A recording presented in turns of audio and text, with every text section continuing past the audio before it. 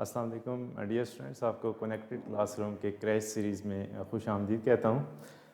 आज जो मैं आपको लेक्चर पढ़ाऊँगा वो चैप्टर नंबर 4 है, periodic table and periodicity of properties. इसका जो है लेक्चर नंबर 2। लास्ट हमने लेक्चर नंबर 1 इसका इंट्रोडक्शन, जिसमें हम कुछ चीज़ें पीरियोडिक टेबल की डेफिनेशन, पोजीशन ऑफ एलिमेंट को डिस्कवर किया था। आज हम स्टार्ट करते हैं चैप्टर नंबर 4 का लेक्चर नंबर 2। इसमें कुछ हमने टॉपिक्स जो trends for atomic radius, electron affinity, electronegativity, ionization energy, shielding effect, metallic character and radio reactivity and density, जो हमने इसका SLO नंबर 5 है, इसको हम कवर करेंगे आज। इसका जो टॉपिक रिव्यू पहले देख लेते हैं। सबसे पहले जो एटॉमिक रेडियस क्या होता है, this is distance from the nucleus to the outer most shell. सबसे पहले हम इसको डिस्कस कर रहे हैं कि जो न्यूक्लियस से लेके आउटर मोस्ट शेल तक जो डिस्टेंस होता है उसको हम एटॉमिक न्यूक्लियस कहते हैं। ये ट्रेंड्स क्या होते हैं, अक्रॉस पीरियड डिक्रीज़ करता है, डाउन द ग्रुप इंक्रीज़ करता है। कुछ एग्जांपल्स हैं, सोडियम का एटॉमिक रेडियस ग्रेटर होता है मैग्नीशियम से और एल्यूमिनियम से, ठीक है।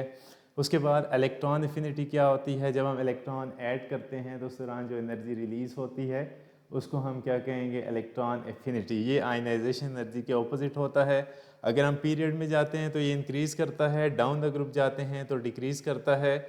इसमें हेलोजेंस की इलेक्ट्रॉन एफिनिटी हाई होती है बिकॉज के जो इलेक्ट्रोनेगेटिव करैक्टर होता है हेलोजेंस का वो सबसे ज़्यादा होता है पीरियोडिक टेबल के अंदर। एग्जाम्पल में क्लोरीन है, greater as compare to sulphur, greater as compare to phosphorus. Noble gases की इलेक्ट्रॉन एफिनिटी सबसे लो होती है कि उनकी इलेक्ट्रॉन कैप्चर करने की और इलेक्ट्रॉन लूज़ करने की जो प्रॉपर्टी होती है वो लेस होती है बिकॉज के कंप्लीट ऑक्टेट होता है। नंबर 4 पे है, नंबर 3 पे है इलेक्ट्रोनेगेटिविटी। इलेक्ट्रोनेगेटिविटी क्या होती है, किसी एलिमेंट की वो प्रॉपर्टी होती है जिससे वो अपने शेयर्ड पेयर को अपनी तरफ अट्रैक्ट करके पार्शियल नेगेटिव चार्ज कैरी करता है। इसके जो ट्रेंड्स हैं, across period increases, down the group decreases. क्योंकि down the group size increase करता है तो attraction between the nucleus and the outer electrons वो लेस हो जाती है, तो इलेक्ट्रॉन की जो अट्रैक्शन है वो डिक्रीज कर जाती है। उसके बाद number 4 ionization energy. Ionization energy क्या होती है कि वो एनर्जी है जो कि रिक्वायर्ड होती है आउटर मोस्ट इलेक्ट्रॉन को रिलीज़ करने के लिए, ठीक है।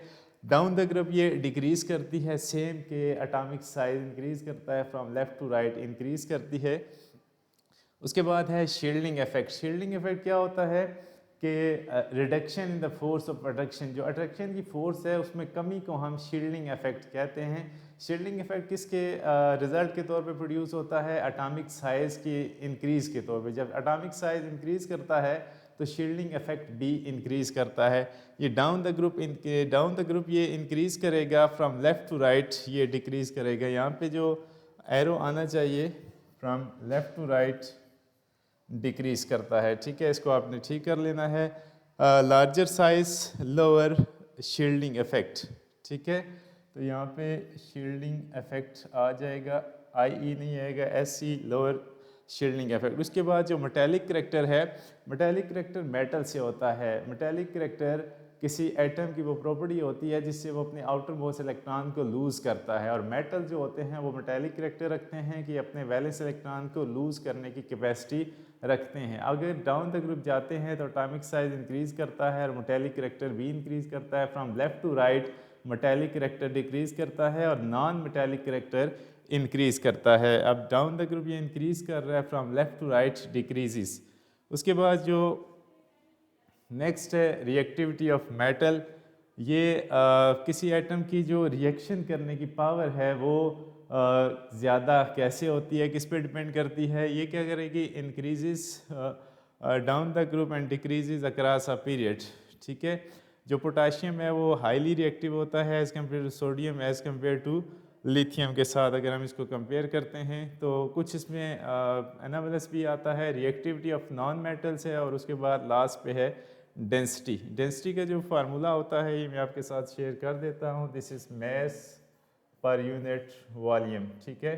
तो अगर कम्पैक्ट कम एरिया के अंदर ज़्यादा इलेक्ट्रॉन आ जाते हैं या ज़्यादा चीज़ें आ जाती हैं तो उसकी डेंसिटी इंक्रीज़ कर जाती है। तो अब हम जाते हैं नेक्स्ट MCQs से पहले हम जाएंगे शॉर्ट क्वेश्चंस की तरफ, उसके बाद हम MCQs को सॉल्व करते हैं लास्ट पे। यहाँ पे कुछ मैंने क्वेश्चन काफ़ी सारे रखे हैं इसमें, क्योंकि ज़्यादा कंसेप्चुअल क्वेश्चन यहाँ से जनरेट हो सकते हैं इन टॉपिक्स के अंदर से। तो हम यहाँ पे जो क्वेश्चन है मेरे पास 14 क्वेश्चन हैं और 4 लॉन्ग क्वेश्चन हैं। पहले मैं शॉर्ट क्वेश्चन की तरफ आता हूँ। यहाँ पे क्वेश्चन नंबर 1 है sodium versus magnesium ionization energy, कि अगर हम आयनाइजेशन एनर्जी को कंपेयर करें तो सोडियम की आयनाइजेशन एनर्जी ज़्यादा होती है या मैग्नीशियम की आयनाइजेशन एनर्जी ज़्यादा होती है। अब इसमें जो सोडियम है वो ग्रुप 1A का एलिमेंट है और जो मैग्नीशियम है वो ग्रुप 2A का एलिमेंट है।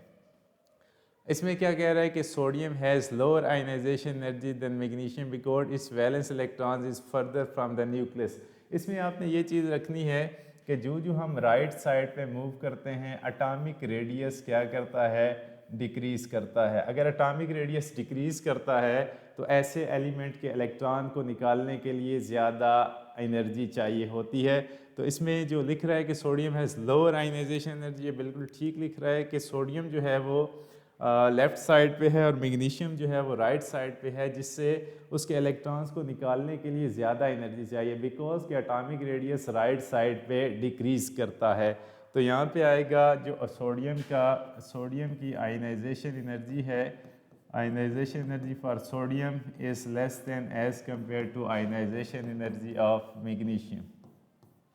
ठीक है, उसके बाद जो बाकी इसने एक्सप्लेनेशन दी है कि magnesium has a smaller atomic radius and high nuclear charge so more energy is required to remove its outer electrons.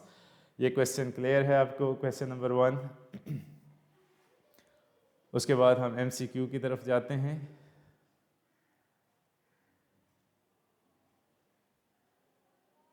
अच्छा, क्वेश्चन नंबर 2 है। क्वेश्चन नंबर 2 में हम देख रहे हैं कि electron affinity of chlorine versus fluorine. Chlorine या fluorine, इन दोनों में से सबसे ज़्यादा इलेक्ट्रॉन एफिनिटी किसकी है? तो chlorine's electron affinity is higher than fluorine because its larger atomic size reduces electron repulsion when gaining an extra electron making energy release greater। अब यह है कि जो फ्लोरीन है उसका साइज़ कम होता है जबकि क्लोरीन का साइज़ लार्जर होता है। तो इस केस में आप इलेक्ट्रॉन को ऐड कर सकते हैं। जब ऐड करेंगे तो क्या होगा, वो रिड्यूस करता है इलेक्ट्रॉन रिपल्शन को when gaining an extra electrons making energy release greater. तो इससे क्लोराइड आयन जो है वो स्टेबिलिटी की तरफ ज़्यादा जाता है, ज़्यादा एनर्जी रिलीज़ करके। तो यहाँ पे क्वेश्चन नंबर 2 था। क्वेश्चन नंबर 3 है shielding effect trends. Shielding effect मैंने आपको अभी बताया था कि शील्डिंग इफेक्ट क्या होता है, reduction in the force of attraction between the nucleus and the outer electrons. अब यहाँ पे इसके ट्रेंड्स हैं। शील्डिंग इफेक्ट डिपेंड्स करता है एटॉमिक साइज़ के ऊपर। अगर हम डाउन द ग्रुप मूव करते हैं तो एटॉमिक साइज़ इंक्रीज़ करता है। अगर एटॉमिक साइज़ इंक्रीज़ कर रहा है तो अल्टीमेटली जो शील्डिंग इफेक्ट है वो भी इंक्रीज़ करेगा। यहाँ पे बच्चे ये गलती करते हैं कि एटॉमिक साइज़ बढ़ रहा है तो शील्डिंग इफेक्ट को आप कम कर देते हैं। इसकी डेफिनेशन में है कि reduction in the force of attraction, वो जो कशिश की कुव्वत होती है, अट्रैक्शन की फोर्स होती है, उसमें कमी को हम शील्डिंग इफेक्ट कहते हैं। तो इसके जो इफेक्ट्स हैं, as across a period shielding effect remains nearly constant as electron are added to the same shell. इसमें हम ये भी कह सकते हैं कि इसमें चेंज भी कर सकते हैं कि बाज़ बुक्स के अंदर ये कांस्टेंट लिखा जाता है क्योंकि एटॉमिक रेडियस कांस्टेंट लिखा जाता है, लेकिन जो ओरिजिनली होता है कि एटॉमिक साइज़ डिक्रीज़ करता है। जब डिक्रीज़ करेगा तो शील्डिंग इफेक्ट भी डिक्रीज़ करेगा। ठीक है, down the group new shells increases the distance between the nucleus between valence electron and the nucleus increasing shielding. तो down the group size increase करेगा तो शील्डिंग इफेक्ट भी इंक्रीज करेगा। From left to right atomic radius decrease कर रहा है तो shielding effect भी डिक्रीज करेगा। आप लोग लाइव सुन रहे हैं तो अपनी प्रेजेंस शो करें। अपना क्वेश्चन अगर आपको समझ आ रही है तो ओके का मैसेज कर दें या यस का मैसेज कर दें ताकि साथ साथ मुझे पता चले कि ऑडियंस बैठी हुई है। आपका कोई क्वेश्चन भी है तो आप लिख सकते हैं, मैं आपके जो कमेंट्स है वो देख रहा हूँ साथ साथ। नहीं तो हम क्वेश्चन नंबर 3 की तरफ मूव करते हैं।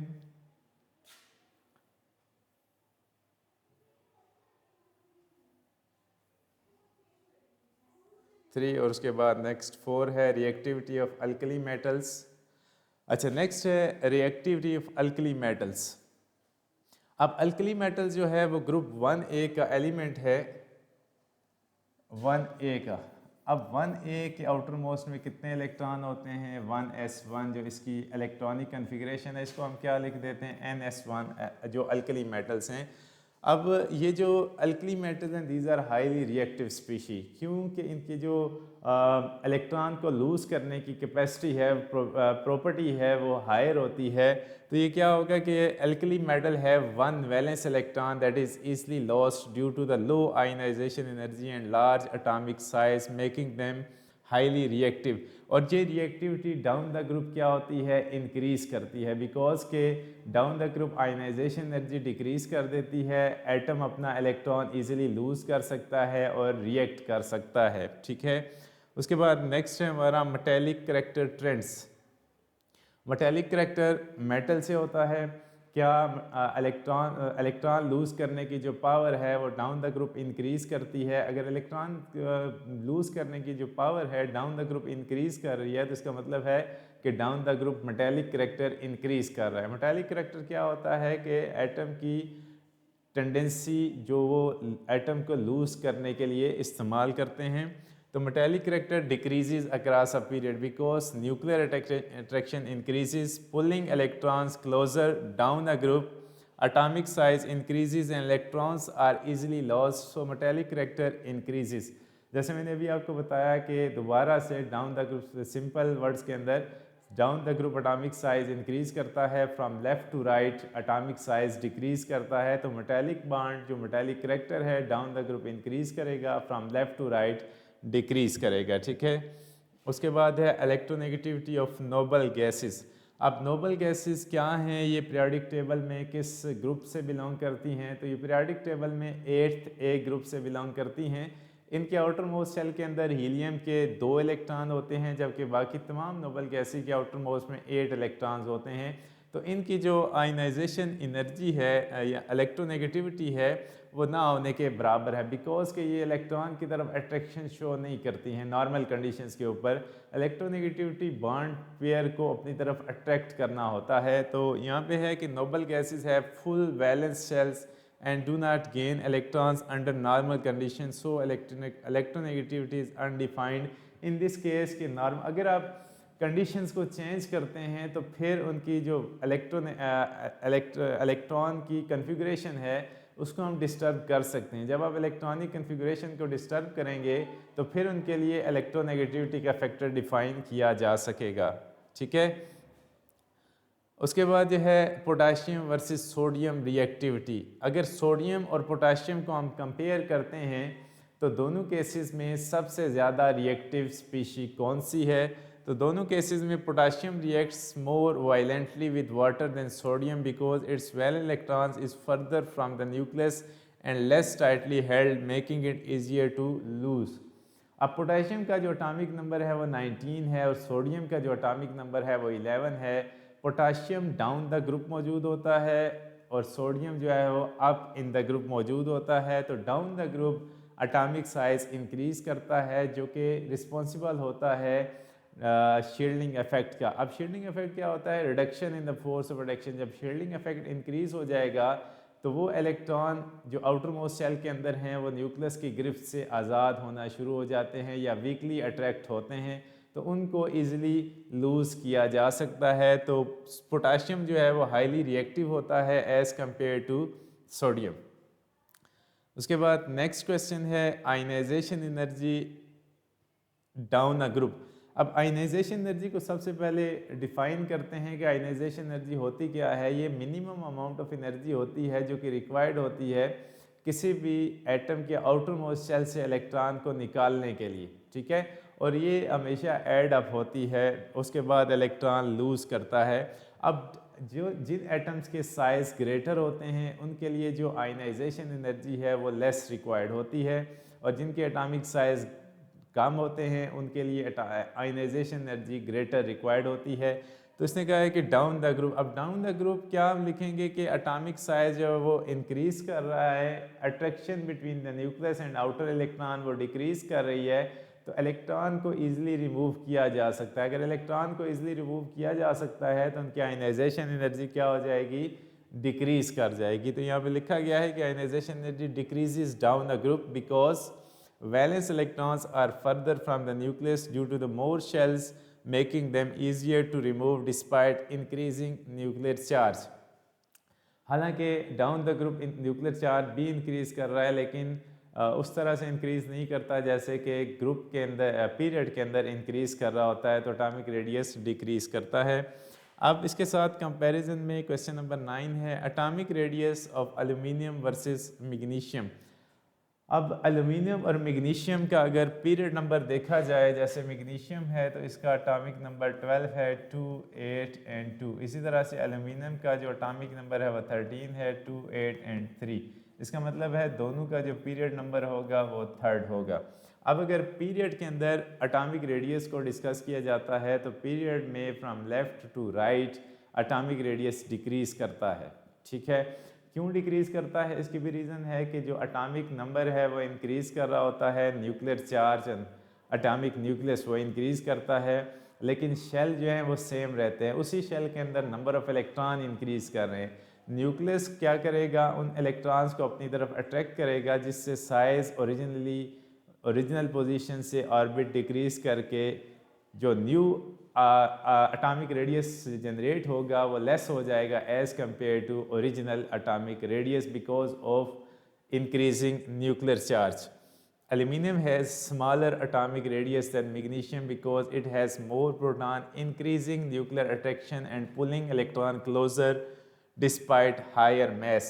तो यहाँ वही रीज़न है कि अगर हम लेफ़्ट टू राइट जाते हैं तो मैग्नीशियम यहाँ पे है और एल्यूमिनियम नेक्स्ट मौजूद है अगले ग्रुप के अंदर, लेकिन पीरियड इनका सेम रहेगा। तो एल्यूमिनियम का जो एटॉमिक रेडियस है वो डिक्रीज़ कर जाएगा as compare to magnesium. Density of non metals versus metals. अब नॉन मेटल्स क्या होते हैं, जो इलेक्ट्रॉन को गेन कर सकते हैं, जबकि मेटल जो हैं वो इलेक्ट्रॉन रिलीज़ करते हैं।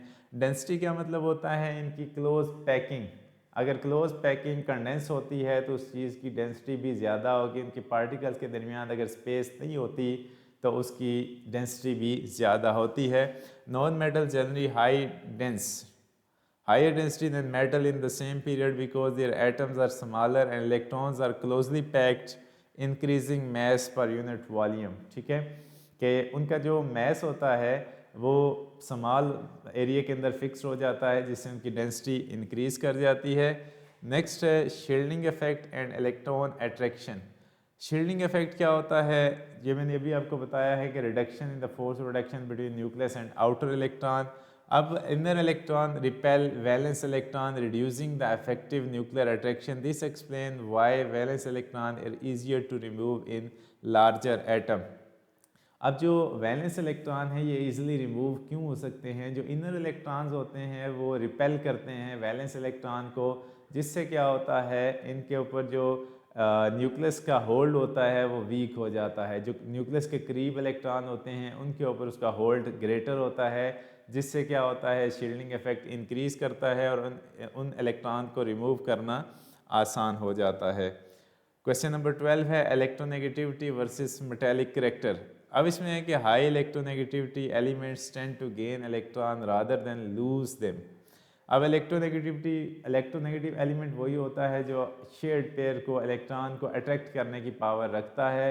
उनका जो ऐसे एलिमेंट जिनका इलेक्ट्रोनेगेटिव करैक्टर ज़्यादा है वो इलेक्ट्रॉन को कैप्चर करने की कैपेसिटी ज़्यादा रखेंगे एज़ कम्पेयर टू लूज, तो इंडिकेटिंग लो मेटेलिक करैक्टर। जिनकी आयनाइजेशन इलेक्ट्रोनेगेटिविटी ज़्यादा होती है उनके लिए मेटेलिक करैक्टर लो होता है।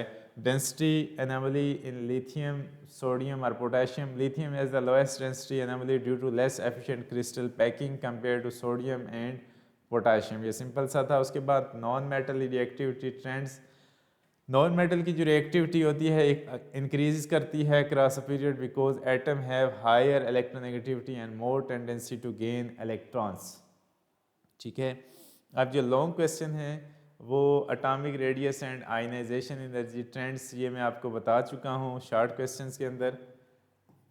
ये इसको रिपीट नहीं करूँगा कि atomic radius down the group कैसे होता है और अक्रॉस अ पीरियड कैसे जाता है। उसके बाद जो वेरिएशन डाउन द ग्रुप होगा उसको भी आपने साथ लेके चलना है। उसके बाद जो है electronegativity and relation to metallic character, ठीक है। अच्छा, एटॉमिक रेडियस भी बताया गया है और आयनाइजेशन एनर्जी इसी तरह से। एटॉमिक रेडियस और आयनाइजेशन एनर्जी इसके ऊपर हम ज़्यादा दोबारा रिपीट नहीं करेंगे इसको। क्वेश्चन नंबर 2 है electronegativity and its relation to metallic character. ये भी हमने डिस्कस किया था। इसको हम अब लॉन्ग क्वेश्चन में कैसे लिखेंगे तो आपके सामने मौजूद है। सबसे पहले आप इसकी डेफिनेशन लिखेंगे, ट्रेंड्स अक्रॉस अ पीरियड लिखेंगे, ट्रेंड डाउन अ ग्रुप लिखेंगे, रिलेशन टू मेटेलिक करैक्टर। अब हाई इलेक्ट्रोनेगेटिविटी जो एलिमेंट होते हैं उनका जो मेटेलिक करैक्टर है वो लो हो जाता है, बिकॉज के हाई इलेक्ट्रोनेगेटिव एलिमेंट इलेक्ट्रॉन को कैप्चर करने की तरफ जाते हैं। उसके बाद है shielding effects and its influence. Shielding effect की पहले definition, effect on atomic radius. Influence के क्या मतलब है कि एटॉमिक रेडियस क्या, उसके ऊपर क्या असर पड़ता है। More shielding increases atomic radius. Effect on ionization energy, more shielding decreases ionization energy. Effect on reactivity, increased shielding in metals down a group makes them more reactive। तो ये अफेक्ट शील्डिंग इफेक्ट का। उसके बाद metallic character trends, ये भी मैं आपके साथ डिस्कस कर चुका हूँ। ये 4 क्वेश्चन थे जो आज के लॉन्ग पार्ट का हिस्सा थे, क्योंकि जो आज की वर्कशीट है वो लेंथी थी तो टाइम को मैनेज करने के लिए थोड़ा स्पीड को बढ़ाना पड़ा। अब हम आते हैं MCQs की तरफ। अब अगर आप मौजूद हैं तो आप मेरे साथ MCQs सॉल्व करेंगे।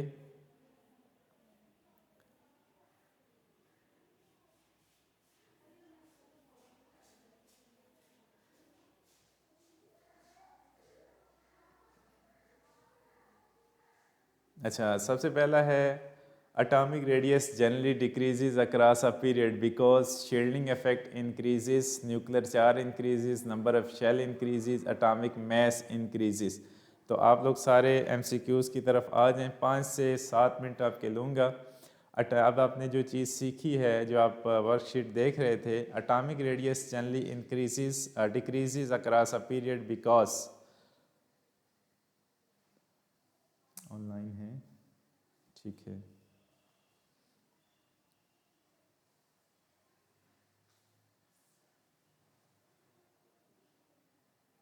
आप लोग अपनी चैट ऑन करें ताकि ये सॉल्व हो जाए साथ साथ।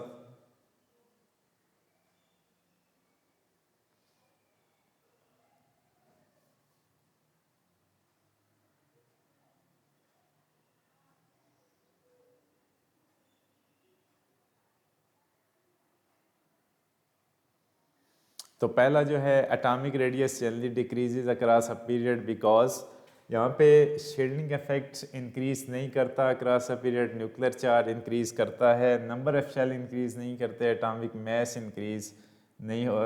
एटॉमिक मास इंक्रीज भी करेंगे तो उससे एटॉमिक रेडियस के ऊपर फर्क नहीं पड़ेगा। तो यहाँ पे जो डिक्रीज़ का फैक्टर आएगा nuclear charge increase. Nuclear charge increase करने से एटॉमिक रेडियस डिक्रीज कर जाता है।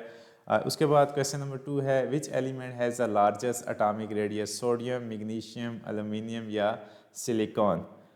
इसमें जो सोडियम है इसका एटॉमिक नंबर 11 है, 12 है, 13 है और 14 है। अब ये अगर इनकी इलेक्ट्रॉनिक कन्फिग्रेशन को देखें तो 281, 282, 283, 284, इसका मतलब है ये कि सेम पीरियड के अंदर मौजूद हैं। तो राइट की तरफ जितना हम मूव करेंगे उसका एटॉमिक रेडियस डिक्रीज करेगा। यहाँ पे जो लिखा जाएगा सबसे लार्जेस्ट कौन सा होगा, सोडियम का एटॉमिक रेडियस सबसे ज़्यादा होगा, ठीक है। इसमें ये आएगा और इसमें जो है nuclear charge increases. Question number 3 की तरफ हम मूव करते हैं। The energy released when an atom gain an electron is called. जब एनर्जी रिलीज होती है, जब इलेक्ट्रॉन को ऐड करते हैं तो उस केस में क्या होगा, इलेक्ट्रॉन एफिनिटी, ठीक है। क्वेश्चन नंबर 4 की तरफ हम मूव करते हैं। क्वेश्चन नंबर 4 में है कि which element has the highest electronegativity. तो पीरियोडिक टेबल में एक एलिमेंट है जिसकी सबसे ज़्यादा इलेक्ट्रोनेगेटिविटी है, तो वो फ्लोरीन की है। इसमें ये पूछता भी है तो ये अप्रोक्सीमेटली 4 तक होती है। क्वेश्चन नंबर 5 है ionization energy increases across a period due to. Period के अंदर इंक्रीज़ करती है बिकॉज एटॉमिक रेडियस डिक्रीज़ करता है। तो यहाँ पे है कि increase in atomic size, decrease in nuclear charge, increase in nuclear charge, increase in shielding effect. तो न्यूक्लियर चार्ज के इंक्रीज़ से ये क्या होगा, एटॉमिक साइज डिक्रीज़ करेगा, जिससे आयनाइजेशन एनर्जी इंक्रीज़ कर जाएगी। ठीक है। उसके बाद क्वेश्चन नंबर 6 है, shielding effect is mainly caused by. अब शील्डिंग इफेक्ट जो है reduction in the force of reduction between nucleus and outer electrons होती है। ये काज किस वजह से होती है, इनर इलेक्ट्रॉन्स की वजह से। तो यहाँ पे प्रोटॉन्स है, न्यूट्रॉन्स है, वैलेंस इलेक्ट्रॉन है या इनर शेल इलेक्ट्रॉन्स। तो यहाँ पे क्या होगा, इनर शेल इलेक्ट्रॉन जो कि बीच में एज अ बैरियर आ जाते हैं, जो न्यूक्लियस और आउटर इलेक्ट्रॉन के अट्रैक्शन को डिक्रीज़ कर देते हैं।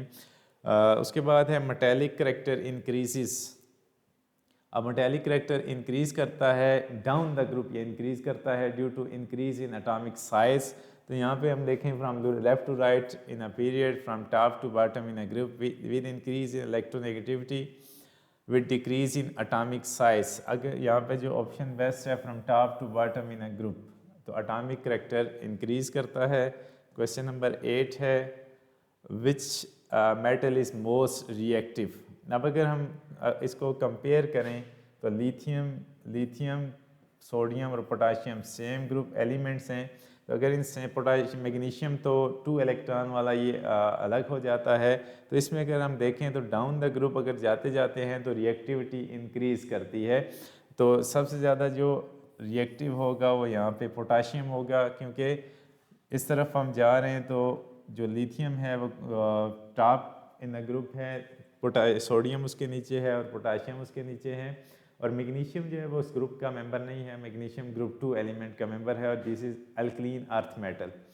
उसके बाद जो है अल्कली मेटल ज़्यादा रिएक्टिव होते हैं as compare to alkaline earth metal, और ये अल्कली मेटल का ग्रुप है जिसमें पोटाशियम सबसे ज़्यादा रिएक्टिव है। अब density of alkali metals generally decreases down the group, remain same, increases down the group is zero. अब डेंसिटी का मतलब क्या है कि स्मॉल पैकिंग हो तो वो डेंसिटी ज़्यादा होती है, डाउन द ग्रुप साइज़ बढ़ रहा है तो डेंसिटी कम हो जाएगी। तो ये यहाँ पे हम लिखेंगे डिक्रीजेस डाउन द ग्रुप। ठीक है, रिमेन सेम नहीं हो सकती, इंक्रीजेस डाउन द ग्रुप नहीं हो सकती, इज़ ज़ीरो नहीं हो सकती। उसके बाद है high electronegativity means strong tendency to. High electronegativity का मतलब है कि strong tendency to attract the electrons towards itself.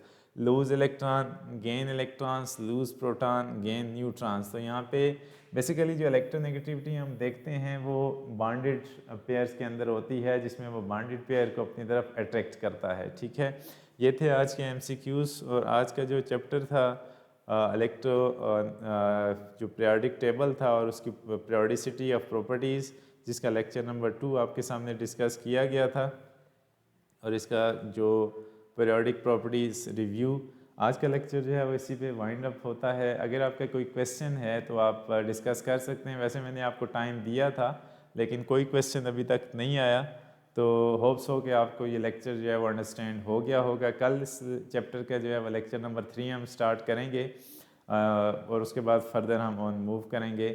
Worksheet और लेक्चर जो है वो यूट्यूब पे अपलोड कर दिया जाता है। अगर आपको इवनिंग में या कहीं भी आप टाइम निकालते हैं तो उस लेक्चर को देखें, और वर्कशीट इसके साथ लिंक पे मौजूद होती है, गूगल ड्राइव के अंदर भी मौजूद है, तो आप इजीली वहाँ से ले सकते हैं। मैं आपका इंस्ट्रक्टर मोहम्मद इदरीस आपसे इजाज़त चाहूँगा। अल्लाह हाफिज़।